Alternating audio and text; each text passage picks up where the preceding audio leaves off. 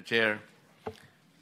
Mr. Chair, I am going to consume my time by making a disclosure. Kahapon po, mga pasado po, 2:00 ng hapon, tumawag po sa akin si former Congressman Mike Defensor. Tinanong ko po kung ano ang kailangan niya. Meron daw pong isang tao na matagal na po niya kung gustong kausapin para sa isang paglalahad ng kanyang nalalaman tungkol po sa ating iniimbestiga sa committee ito. Sabi ko, madali ba yan kasi meron kaming session, mag-uumpisa yun ng 3:00. Sandali lang ito, sabi niya, kasi nandito lang naman kami rito sa may Golden China. Ito pong restaurant malapit sa atin. Mga 5 minuto lang po siguro mararating natin. So ako po ay nagparaya at pinuntahan ko kung sino yung sinasabi niyang tao. Kasi po meron na raw po siyang draft na salaysay na kung gusto ko raw pong makita. So Mr. Chair, ako po ay nagpaunlak para makita kung talagang meron ngang ganung tao at meron nga siyang gustong isalaysay. Nakita ko po yung tao at pinabasa niya po sa akin yung isang salaysay na nakaporma na po. Binasa ko po. Yun pong salaysay na yun ay nagsasabi ng kanyang pagkalungkot at siguro pagkabahala, sabi niya, na bakit nangyayari sa ating bansa ito. At nalulungkot siya, Mr. Chair, sapagkat meron siyang partisipasyon doon eh. At nung makita ko ang kabuuan ng kanyang salaysay, meron po siyang personal na kaalaman para ikonekta si Representative Saldico kay former Speaker Martin Romualdez. Sabi ko, hindi ako pwedeng magtagal, nabasa ko na ito, hahabol ako sa aming sesyon 3:00.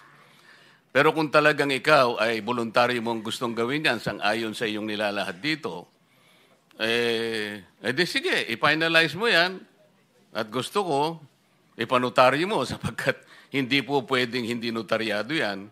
At kung buo ang loob mo at talagang yan ay matagal mo nang iniisip, pumunta ka ako bukas ng umaga sapagkat meron kaming pagdinig. Mr. Chair, nandito po yung tao at hawak ko po yung ilang piraso ng kanyang sinumpaang salaysay. Kung po pwede po sana natin siyang tawagin ngayon, para ngayon siya po ang mismo maglahad ng kanyang salaysay sa ating gitna. Okay, you may call him. Mr. Chair, I'm calling Mr. Orly Regala Gutesa para po humarap sa atin. Mr. Gutesa, kayo po ay umupo dito sa may gitna. Pakibigyan mo ng copy si Mr. Chair. Bigyan mo si Chair. Mr. President. Bigyan mo si Mr. President.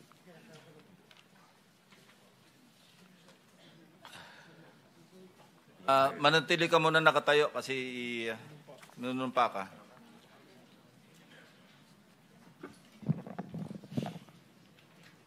Raise your right hand. Yeah. Do you swear or affirm to tell the truth, the whole truth, and nothing but the truth in this proceeding? Yes, sir. Salamat. Take your seat, please. You may proceed. You may continue. Salamat po, Mr. Chair. Mr. Gutesa, kanina ako'y nagpapaliwanag para ipakilala kita. Narinig mo yung aking sinabi? Yes, Your Pwede Honor. mo bang i-confirm na kung ano yung sinabi ko ay yung nangyari kahapon? I confirm, Your Honor. Salamat po. At ngayon po ay hawak ko nga ang inyong sinumpaang salaysay na nung draft ito ay binasa ko. Ganun din nga po at wala namang pagbabago. At gusto ko lamang pong sabihin ninyo na mayroong pirma sa ibabaw ng pangalang Orly Regala Gutesa. Kayo po ba ang nagpirma nito? I confirm, Your Honor. At gaya po ng sinabi nyo sa akin kahapon, voluntaryo ninyong ginawa ito at wala namang namilit sa inyo. At katotohanan yan, ako nga po ay ininyayahan nyo para makita ko yung inyong salaysay. Yes, Your Honor. Ito po ay pinanotaryo ninyo. Nakikita ko rin po. Totoo po ba itong notaryong ito? Totoo po, Your Honor. Okay. Ngayon, kayo na po ang magbasa para sa ganun ay marinig po ng buong kapulungan. Pwede po niyong basahin ang inyong salaysay. Maraming salamat, Your Honor. Mr. Chair, can he proceed? He may proceed. Ako po'y nagpapasalamat sa pagkakataong ito. Sa Senate Blue Ribbon Committee, Senador Ping Lacson, sir. At sa iba pang member na nandito po. Ako po si Orly Gutisa, may asawa, nasa tamang edad, Pilipino. Makatapos, makapanumpa na ngayon sa umiiral na batas ay nagsasaad at naglalahad ng gaya ng mga sumusunod. Ako po ay lumabas upang magsalita sa isyu na ito. Bilang isang dating sundalo, inaalay ko ang aking buhay para sa ating bansa. Sa pagkakataong ito, nagdesisyon akong magsalita at maglabas dahil ayokong maging masama ang kinabukasan ng aking mga anak, apo ko sa darating na panahon. Ayoko pong naririnig ko at napapanood ko sa pagdinig ng Blue Ribbon Committee. At ngayon ko po napagdugtong-dugtong yung naging partisipasyon ko po sa anomalya at korupsyon na ginawa at lumalabas sa hearing na ito. Yung palang pera na binubuhat namin at dinideliver mula sa masamang gawain na nagdulot ng baha na ikinamatay ng tao at imbis na gamitin ang pera sa edukasyon, medikal at programa na mapunta lamang pala sa bulsa ng mga politiko. Mabigat po sa akin magsalita dahil may pamilya ako. 4 ang anak ko, nag-aaral pa. May asawa ako at nangangalaga sa aking mga anak at marami akong kasama sa operasyon na may kinalaman sa ibabahagi ko sa inyo. Nagtatrabaho lang po kami ng mga kasama kong sundalo sa Philippine Marines. Huwag sana isipin na aking mga kasama na nagtatraidor ako. Ako sa aming trabaho at pinagsamahan dahil pare-parehas kaming may pamilya at gusto lang naman naming ayusin ang kinabukasan ng bawat isa. Wala akong iniisip na kapahamakan para sa kanila, bagkus ang gusto ko lang maiayos ang kinabukasan ng bayan at lahat kami. Noong December 5, 2004, na-hire ako bilang security consultant sa Ako Bicol Party List or AKB kay Congressman Saldico. Nasimulan ang duty ko kay Congressman Saldico. Bawat umaga, nagre-report ako sa BGC sa Horizon, sa Bonifacio Global City, kung saan nakatira si Kong Saldico. Tuwing may duty at detailed ako sa basura, it means itong basura, ito yung box ng pera na pinag-uusapan natin sa kasalukuyan. Mr. Gutesa, mag-stick ka lang sa binabasa mo. Huwag ka nang nag-a-adlib. Kung ano yung nandito, basahin mo lang. Yes, Your Honor. Tuwing may duty detail ako sa basura, pumupunta kami sa 28 Ladybug Corner, Dragonfly, Valle Verde 6, Pasig City. Tagabuhat lang ako ng malita ng basura.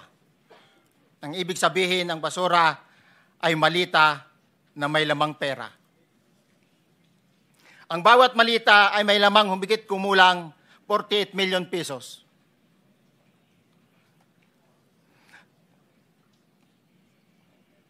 Ang bawat malita ay may post-it na nakadikit na nakasaad kung magkano ang laman ng bawat malita. Tuwing may duty detail sa basura, may pumupunta na tao na magde-deliver ng basura at nire-receive ni John Paul Estrada at Mark Tiksay. ang mga executive assistant ni Congressman Saldico at sila ang mga detailed sa mga ganyang activities. Ang mga nangyayari kapag duty kami sa basura, kalimitang dinadala sa bahay ni Congressman Saldico sa Valle Verde 6 at tinatanggap naman ni Mark at ni Paul. Pagkatapos naming may baba ang nasabing basura, ipinapasok sa bahay ni Congressman Saldico sa Valle Verde 6 at binibilang ni Mark at ni Paul. Alam ko na ang laman ng malita ay pera sapagkat nakita ko si Paul na binuksan ang malita at inilabas ang laman para bilangin. Ang isang ehemplo na nagdala ng pera ay si Congressman Eric Yap ng AXIS Party List. 46 na malita ang dala niya sa bahay ni Congressman Saldico sa Valle Verde 6. Pagkatapos mabilang, isinakay namin sa mga sakyan patungo sa Horizon Residence sa Taguig. At dumiretso kami sa basement upang may baba ang nasabing basura. Bago ibaba ang nasabing basura, ito, Merong napuputol sa binabasa mo eh. Huwag kang magmadali. Huwag kang magmadali. naputol na, Ulitin mo yung paragraph 20. wala na ako, hindi ko makita na putol na siya.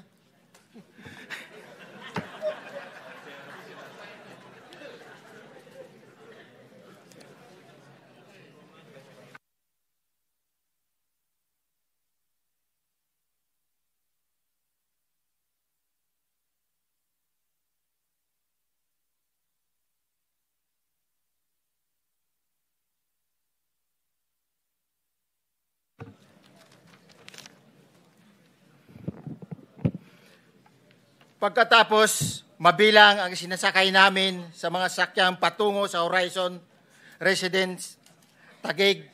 Pagdating sa Horizon Residence, dumidiretso kami sa basement upang maibaba ang nasabing basura at dalhin sa unit ni Congressman Saldico sa 56th floor sa nasabing lugar kung saan siya nakatira. Bago ibaba ang nasabing basura, ito ay bawas na. Halimbawa, nag-akyat kami ng 46 na malita. Ibababa lamang namin ay 35 malita para i-deliver sa bahay ni House Speaker Martin Romualdez sa 42 McKinley Street, Taguig. Ang labing isang malita ay naiwan sa taas ng 56th floor sa Horizon Residence. Humigit kumulang 3 beses ako mismo ang nag-deliver ng basura sa bahay ni Congressman Saldico sa Horizon Residence at sa mga bahay ni Speaker Romualdez sa 42 McKinley Street, Taguig. Mas maraming pagkakataon na nagde-deliver kami ng basura sa bahay ni Speaker Romualdez at sa bahay ni Congressman Saldico dahil iba-iba kaming mga nakadetailed na close-in, back-up at advance party na nagkakaroon ng rotation. Sa huli, ako po ay nagnanais na mapasailalim sa Witness Protection Program dahil alam ko po nanganganib ang buhay ko at ang aking pamilya sa ginawa kong paglalahad na ito. Sa katotohanan na ang lahat ay nilagdaan ko, ang salaysay na ito ay kusang loob at walang anumang pamimilit at bunsod lamang ng hangarin matulungan ang ating bansa. Ito po ay nilagdaan ko, Your Honor. Thank you, Orly. Before you proceed, meron lang ako ipapakitang litrato sa iyo. No? I-confirm mo, kasama na rin si Bryce, kung yan ba si Paul na binabanggit mo. I confirm, Your Honor. Yun nga po, Your Honor. Siya po. Okay, so, yeah, for the record, andito po yung litrato nung binabanggit na si Paul. apelyido nito.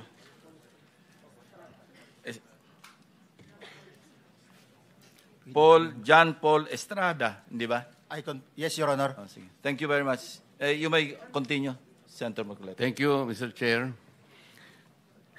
Mr. Gutesa, dito sa iyong paglalahad ay gumawa ka ng isang paghalimbawa. Inihalimbawa mo si Congressman Eric Yap, ngunit isang tagpo lang yun eh. Ikaw ay na-hire ni Representative Saldico, sabi mo rito, ay December 5, 2024 pa. Yes, Your Honor. Sa pagkakaalam mo, mga ilang beses kayong gumagawa ng bagay na ito. Ibig sabihin, yung pagdi-deliver ng pera, sa natatandaan mo, gaano kadalas ang pagdi-deliver? Kasi ang ginawa mo kanina ay isang example lang. Pwede mo bang ipaliwanag? Your Honor, minsan kasi pag-duty kami, ang actual ko na delivers talaga sa bahay ni Congressman Romualdez is 3. Tapos pag may duty kami, nagkakaroon ng detailed. Minsan namumonitor ko doon sa group chat namin, may basura tayo deliver. Minsan namumonitor ko siya is 3 times a week ang delivery doon sa Forbes, sa bahay ni Kung Romualdez. Yung pera minsan nanggagaling lang doon sa horizon sa taas, ibinababa. Tapos may detail lang na tao, namumonitor ko naman sa GC namin. Kaya nalalaman ko yung movement ng tropa, kung ano yung sinasabing basura ng delivery. Your So Honor. yung delivery o yung movement ng tropa nagaganap average 3 times a week. 3 times a week, Your Honor. Nagsimula noong December 2024. Yes, Your Honor. Hanggang ngayon ba ay naglilingkod ka pa kay Representative Saldico? Sa kasalukuyan po ay nag-resign po ako noong August 5, itong taon po na ito. So, maliwanag ba ang ibig mong sabihin para sa kapulungan ito ay nag-a-average ng 3 beses sa loob ng isang linggo ang pagdi-deliver ng pera kay Representative Saldico at tuloy-tuloy naman doon sa bahay ni former Speaker Martin Romualdez sa ganong rate, ganong beses, 3 beses sa loob ng isang linggo. Yes, Your Honor. Magmula December 2024 hanggang ikaw ay mag-resign noong August 2025, this year. Yes, Your Honor. Mr. Chair, Senator Marcolita, short Yes. interjection. With the permission of Senator Marcoleta. Thank you, may proceed. Mr. Chair. May maibigay ka ba na pangalan? Kasi ang sinasabi mo lang ngayon, as far as you're concerned, during ikaw ay nagdo-duty, nagro-rotation basis yung duty. So pag wala ka, absent ka, iba ang nagdo-duty, iba rin ang nagtatanggap sa pera at nagdi-deliver. Am I correct? Senator De La Rosa, may I just remind you na isang follow-up. Pero kung gusto mo ituloy at pahig si Senator Marcoleta, naka-charge sa oras niya yung mga susunod na tanong. Okay? Okay lang. Okay lang. Sige boss, May- nanghiram meron lang pa naman naman. ako sa iyo. Go ahead. Meron ka pa namang 4 na minuto pa mahigit yan. Yes, sir. So, sige. Very quick lang. So, pag hindi ka duty, may ibang nag-deliver ng pera kay Saldico at kay Speaker Romualdez. Pag nangyayari yan, sir, pag hindi ako duty, may makadetail talaga sa basura na yan. Pero ang authorized lang na mag-deliver at mag-receive niyan is yung 2 tao na binanggit ko, which is John Paul Estrada and Mark Tiksay. Okay. Thank you, Mr. Chair. Thank you, Senator Marcolita. Mr. Gutesa, sa panig ng pagdi-deliver sa bahay ni former Speaker Martin Romualdez, sinong tao ang nagre-receive?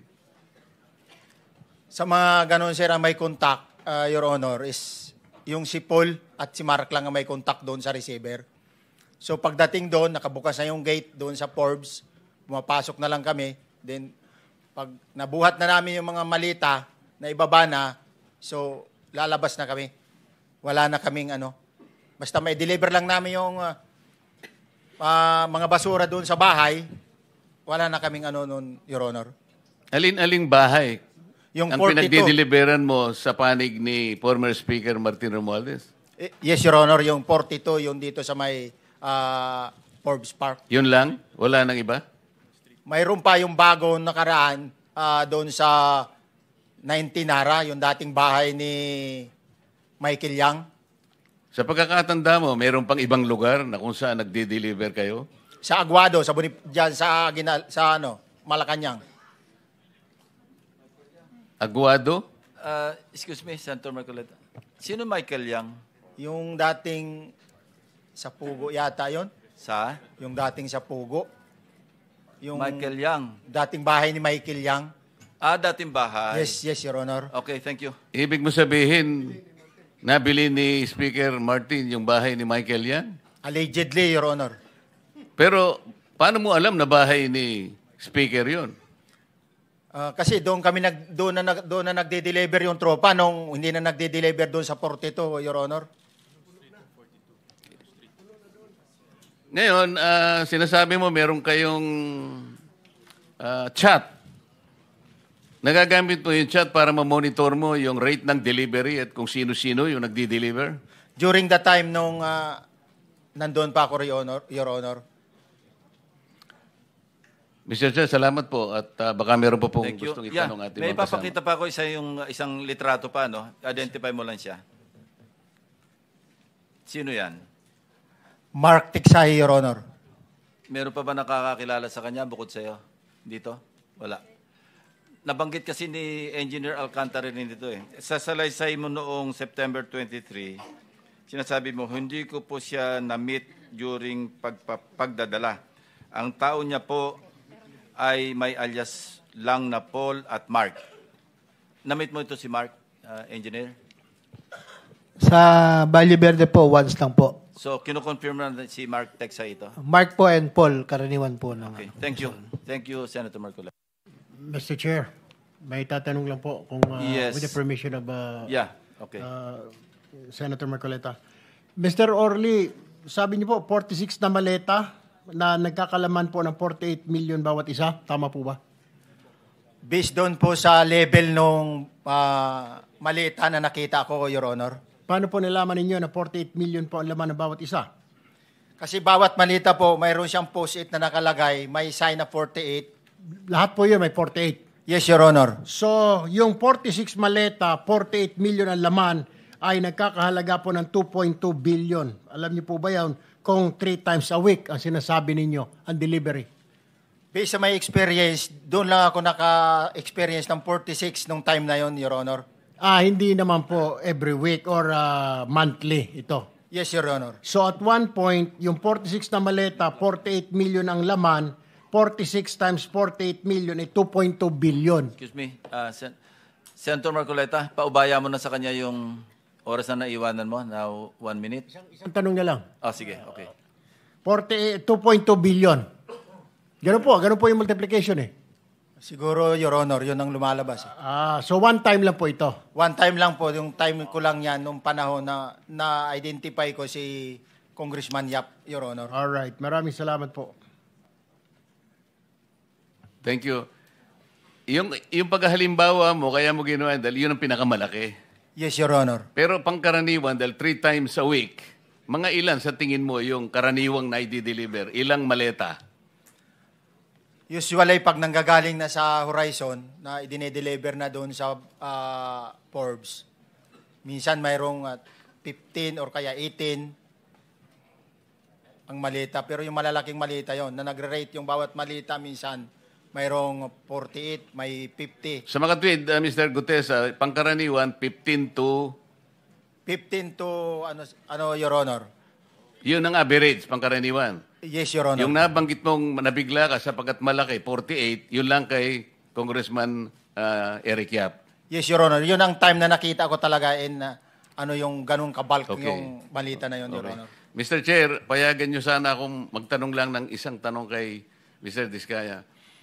Mr. Diskaya, naalala mo, nagkaroon ka ng supplemental affidavit na binasa mo dito. Medyo mahaba pa nga di ba? Naalala mo yung nakaraan? Ito yung supplemental affidavit mo. Yes po, Your Na Honor. may petsang September 23, 2025. Ito yung nakaraang hearing natin. Yes po, Your Honor. Napansin ko kasi nung tiningnan ko sa ating transcript, parang hindi mo binasa yung paragraph 30 na kung saan binabanggit dito yung DPWH Region 1. Chinek ko talaga kaninang umaga, nirecheck ko uli, hindi nasama sa binasa mo ito. Ano ito, nagkamali ka lang o... Your Honor, talagang hindi ko po nabasa dahil masyado na pong mahaba yung ano ko. Yung binabasa ko po.